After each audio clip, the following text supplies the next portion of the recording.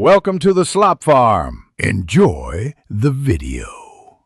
In this video, I will show you how to change your door battery. First, let's gather our tools. You'll typically need a small Phillips head screwdriver and, of course, your new batteries. It's important to know what kind of batteries your lock uses. Often, it's AAA or a 9-volt. Before we start, make sure your door is unlocked and open. This prevents any accidental lockouts during the process, making everything much smoother and safer for you.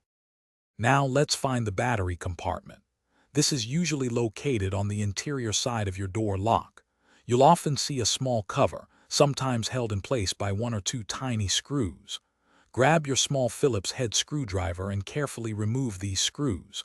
Once they are out, gently slide or lift the cover away. This will reveal the old batteries, ready for removal. Take your time with this step to avoid damaging any components. With the compartment open, it's time to replace those old batteries. Carefully take out the depleted batteries, paying close attention to how they were oriented, which end was positive and which was negative. Now, insert your fresh, new batteries, making sure they align perfectly with the positive and negative terminals. Using high-quality batteries is a smart move, as it ensures your lock performs reliably and lasts longer, giving you peace of mind for many months to come. Almost done.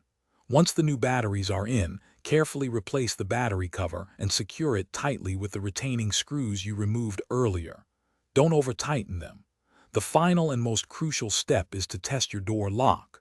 Lock and unlock it several times to ensure everything is functioning correctly.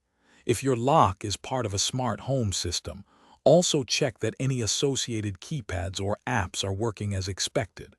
You're all set. Thanks for watching. Consider subscribing if we helped you today.